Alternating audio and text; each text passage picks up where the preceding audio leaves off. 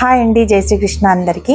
32 size front part cut చేసుకునేటప్పుడు back part మనము 2.5 అయితే నెక్ దగ్గర వేసుకుంటాం కదా.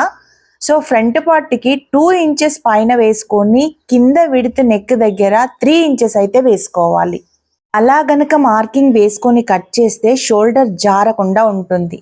సెంటర్ పాయింట్ క్రాస్ కటింగ్ కైనా ప్రిన్సెస్ కటింగ్ కైనా 9.75 దగ్గర వేసుకొని ముందుకు 3.75 దగ్గర వేసుకోవాలి. అలాగే కిందికి హాఫ్ ఇంచ్ తగ్గించి 3.25 వేసుకోవాలి. అలా వేసుకుంటే బ్లౌజ్ షేప్ అనేది పర్ఫెక్ట్గా వస్తుంది. అండ్ డాట్ దగ్గర వచ్చేసి 3 ఇంచెస్ లెంత్ వేసుకోవాలి. 2.5 అనేది విడ్త్ వేసుకోవాలి. అప్పుడే ఆ బ్లౌజు పర్ఫెక్ట్ షేప్ అనేది వస్తుంది.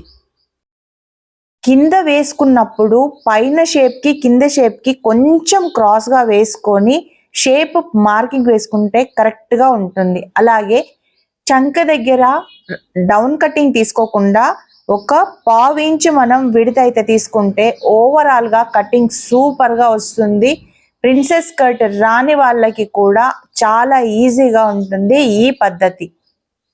ఒకవేళ మీకు ఈ కటింగ్ అర్థమైందా, ఈ మార్కింగ్ అర్థమైందా, అర్థమైతే ఒక చిన్న లైక్ చేయండి, మన ఛానల్ని ఫాలో అవ్వండి, సబ్స్క్రైబ్ అయితే చేసుకోండి.